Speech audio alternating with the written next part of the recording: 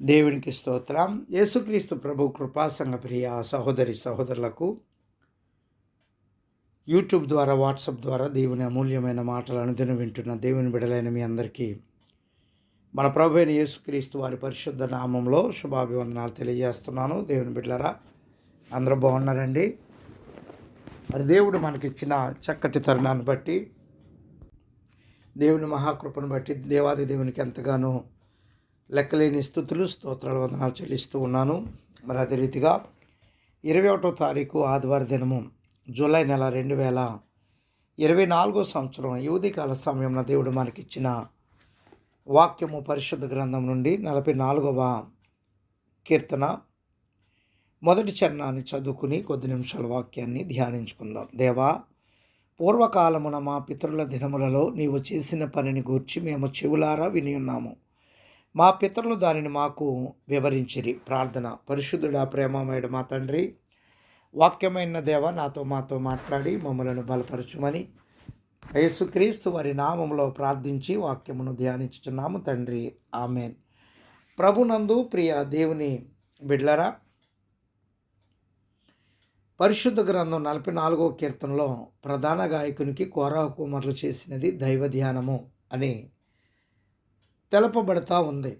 దేవుని బిడ్డలారా, ఇక్కడ మనం చూస్తే చదువుకున్న మాటలో పూర్వకాలమున మా పితరుల దినాల్లో నీవు చేసిన పనిని గూర్చి మేము చెవులారా వినియున్నాం, మా పితరులు దానిని మాకు వివరించిరి. ఏమంటే పూర్వకాలం దేవాతి దేవుడు చేసినటువంటిది గొప్ప కార్యాలు వాళ్ళు విన్నారండి. పితరులు చెప్పినప్పుడు వాళ్ళు విన్నారు, విశ్వసించారు. అండ్ మా పితరులు ఎంతగానో మాకు వివరించారు.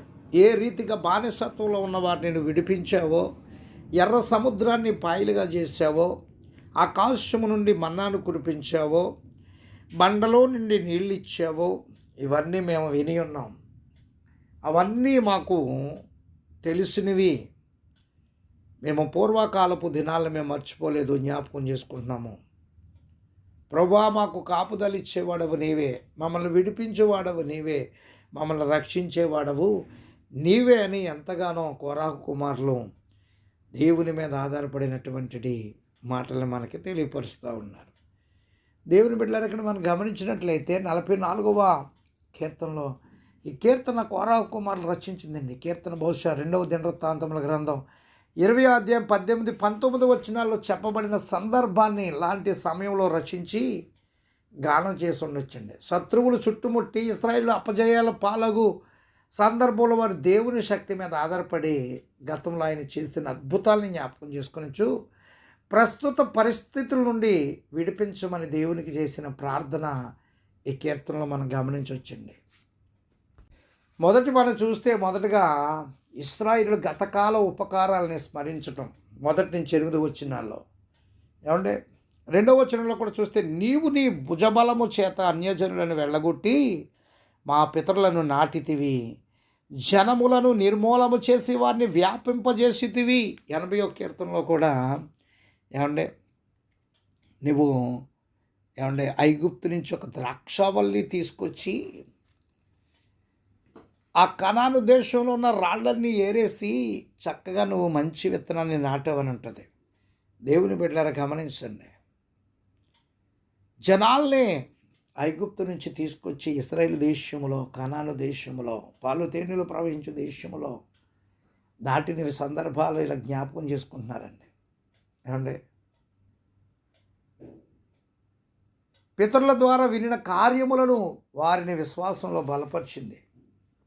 అన్యజనులు వెళ్ళగొట్టి ఇశ్రాయేలుకు వ్యాపింప చేసినటువంటి సంఘటన కానానును ఆక్రమించడానికి సంబంధించి చెప్పబడినదండి. యెహోషువ గ్రంథంలో ఈ విషయాలను విపులంగా వ్రాయబడ్డాయి. దేవుడు ఇశ్రాయేలుకు కానానీల మీద విజయం చేకూర్చి కానాను స్వాధీనపరిచాడు. ఈ కీర్తనలో దేవుడు చేసిన గొప్ప కార్యములను, శత్రురాజులను సంహరించి ఇశ్రాయేలుకు కానాను దేశాన్ని స్వాధీనపరిచిన సంఘటనలో జ్ఞాపకం చేసుకుంటున్నారు. వారు పొందిన విజయము ఖడ్గము చేత, బాహుబలము చేత పొందలేదని, అది దేవుడు అనుగ్రహించిన విజయమని ఒప్పుకుంటున్నారండి. 3వ వచనంలో మనం చదివితే, వారు తమ ఖడ్గము చేత దేశమును స్వాధీనపరచుకోలేదు, వారి బాహువు వారికి జయమీ లేదు, నీవు వారిని కటాక్షించితివి గనుక నీ దక్షిణ హస్తమే, నీ బాహువే, నీ ముఖకాంతియే వారికి విజయము కలగజేసాను. ఏమంటే తెలియచేస్తున్నారని జ్ఞాపకం చేసుకుంటున్నారు. శత్రువుల చేత చుట్టబడిన సందర్భంలో కీర్తనాకారుడు యెహోవా చేసిన కార్యములను జ్ఞాపకం చేసుకుంటున్నాడు. అందువలన దేవుడే మాకు రాజని అంగీకరిస్తూ ఉన్నారండి. చూడండి 4-5 వచనాల్లో, దేవా నీవే నా రాజవు, యాకోబునకు పూర్ణ రక్షణ కలగనాజ్ఞాపించుము. 5వ వచనంలో, నీ వలన మా విరోధులను అణచివేయుదుము, నీ నామం వలన మా మీదకి లేచు వారిని మేము త్రొక్కివేయుదుము అంటూ ఉన్నాడు. విశ్వసిస్తూ ఉన్నారు తమ విల్లు కత్తి వారిని రక్షించలేదని, నీవే మమ్మలను శత్రువుల చేతి నుండి రక్షించగలవని ఒప్పుకుంటున్నారండి. దేవుని అందే మన విజయము పొందగలం. దేవుని శక్తిని బట్టి, విశ్వాసతను బట్టి అతిశయపడుచున్నారు. స్వశక్తి పైన ఆధారపడక దేవుని శక్తి పైన ఆధారపడుట శ్రేయస్కరం అండి, మంచిదండి. మన సొంత శక్తి చేతనో బలము చేతనో ఏమంటే ఈ కార్యం మేము చేయలేదు, ఇది దేవుని శక్తి ద్వారానే ఇతడు కాళ్ళు లేనివాడు నడిచి పరిగెత్తగలుగుతున్నాడని అంటాడండి. శృంగారం అనే దేవాలయం ముందు ఏమంటే పుట్టినది మొదలుకొని కుంటువాడైన ఒక మనుషుడి విషయంలో జరిగిన కార్యాన్ని బట్టి పేతురు గారు యోహాను ఏమంటే తెలియపరిచారండి. ఇది మా శక్తి చేత కాదు, మా బలం చేత కాదని. దేవుని బిడ్డలారా, మన శక్తి చేత మన బలం చేత మన విజయాలు పొందలేం, అది దేవుని కృప చేతనే. రెండవదిగా మనం చూస్తే 9-22 వచనాల్లో 44వ కీర్తనలో 9-22 వచనాల్లో ప్రస్తుతం దేవుడు తమను విడిచిపెట్టాడని తలంచుట. దేవుడు విడిచిపెట్టిన దేవుడిని మనం విడిచిపెట్టిన మన జీవితంలో అపజయాలు, అపనిందలు, అవమానాలు, అపహాస్యాలు సంభవించడం సహజం. ఇజ్రాయేలు ప్రస్తుతం శత్రువుల చేత, సమస్యల చేత సతమతమగుచు దేవుని కార్యములను జ్ఞాపకం చేసుకుని తమ ప్రస్తుత దుస్థితికి కారణం దేవుడు తమను విడిచిపెట్టుటయేనని భావించుతున్నాడండి. ఇజ్రాయేలు అపజయ పాలైనారు. ఏమంటే ఇజ్రాయేలు అపజయాల పాలైపోయారు. దేవుని ఎడల తాము విశ్వాసము మరియు విధేయత కలిగి ఉన్నను మమ్ములను దేవుడు విడనాడాడని కంప్లైంట్ ఇస్తున్నారండి. అలా ఫిర్యాదు చేస్తూ ఉన్నారు. దేవుడు ఎందుకు వారిని విడనాడాడో కీర్తనకారుడు అర్థం చేసుకోలేదు. కానీ అయితే తన సమస్యకు జవాబు దేవుని వలననే పొందగలమనేటువంటి విశ్వాసమును మాత్రం వారు విడిచిపెట్టలేదండి.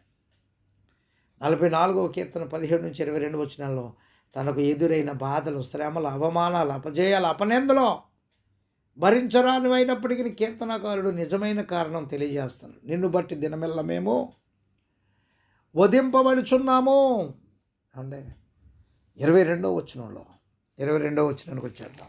చూడండి ఇక్కడ, నిన్ను బట్టి దినమెల్ల మేము వధింపబడుచున్నాము, వధకు సిద్ధమైన గొర్రెలమని మేము ఎంచబడుచున్నాము. ఏమన్నా తెలపటంలో దేవుని కొరకు ఈ శ్రమలు అనుభవించుచున్నామని జ్ఞాపకం చేయబడ్డాయి. రోమాపత్రిక 8:36లో కూడా ఆయన తెలియపరుస్తాడండి. దేవుని మహిమ కొరకు శ్రమలు అనుభవించవలసి వస్తుంది. దానికి ప్రతి విశ్వాసి సిద్ధంగా ఉండాలి. నేడు మనం అనుభవించే పరిస్థితులు దేవుని శిక్షగా తలంచక మన విశ్వాస పరీక్షకు సంబంధించినవిగా ఎంచి దేవుని ఎడల నమ్మకం కలిగి ఉండాలండి.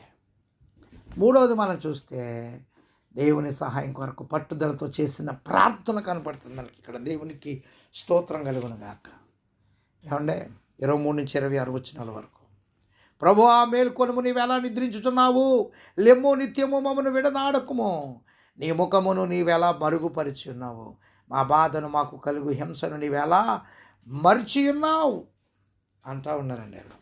దేవుని మేలుకొలిపి తమకు సహాయం చేసి విడుదల ప్రసాదించమని ప్రార్థించడంలో కీర్తనకారుడు దేవుని యందు ఉంచిన విశ్వాసం వ్యక్తమవుతూ ఉందండి. తమను విడిపించమని ఏమండే విడుదల చేయమని, వారిని విడిపించమని కీర్తనాకారులు ఆక్రందన చేస్తూ ఉన్నారు. దేవుని ప్రేమ నుండి మనలను ఎవరు వేరు చేయలేరండి. రోమాపత్రిక 8:36-39 వచనాల్లో ఏమండే కరువైన, ఉపద్రవమైన, హింస అయినా, ఖడ్గమైన ఏది కూడా ఎడబాపవని ఉంటుందండి. కీర్తనాకారుని మాటలు బట్టి దేవుడు తమను విడనాడలేదని నమ్ముచునే ఆయన నిద్రపోతున్నాడని తలంచి సహాయం కొరకు మేల్కొలుపుతూ ఉన్నారండి.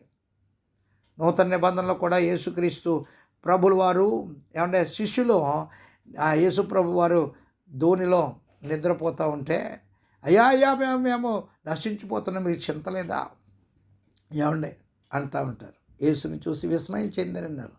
మార్కు సువార్త 4:35-41 వచనాల్లో ఈ రెండు సందర్భాల్లో దేవుడు రక్షించ సమర్థుడే, కానీ విశ్వాసుల విశ్వాసమును బలపరచడానికి సహాయమును ఆలస్యం చేశాడండి. ఏమన్నా ఆయన సమర్థుడే, రక్షించగలడానికి సమర్థుడు. మరి ఆయన రక్షించలేనివాడు కాదండి, కానీ ఆయన ఆలస్యం చేశాడు. ఎందుకో తెలుసా? వారి విశ్వాసాన్ని బలపరచడానికి, వారి విశ్వాసాన్ని ఇంకా పటిష్టంగా ఉంచటానికి ఆయన కొంచెం ఆలస్యం చేశాడు, పరీక్షించాడు. దేవుని బిడ్డలారా, కంగారు అయిపోయారండి. కంగారు పడకూడదు. దేవుడు తగిన సమయానికి ఆయన హెచ్చించే రీతిగా ఆయన బలిష్టమైన చేతుల క్రింద మనం ఎలా ఉండాలంటే దీన మనస్కులై ఉండాలని వాక్యము సెలవిస్తుంది. మొదటి పేతురు పత్రికలో భక్తుడైన పేతురుగా తెలియపరచు. దేవుని బిడ్డలారా, అట్టి రీతిగా మన విశ్వాసములో బలపడి స్థిరపడి ఉండాలని ప్రభునామములో తెలియజేస్తే మాటలు ముగిస్తూ ఉన్నాను. దేవుడి కొద్ది మాటలు మన వెనుకడిలో దీవించును గాక. తండ్రి, కుమార, పరిశుద్ధాత్మ త్రియక దేవుని దీవెన మనెల్లరకు తోడై ఉండి కాపాడును గాక. ప్రభు పనిలో మీ ఆత్మీయ సహోదరుడు పాస్టర్ ఎలీషా రాజు మస్కట్ నుండి. God bless you all.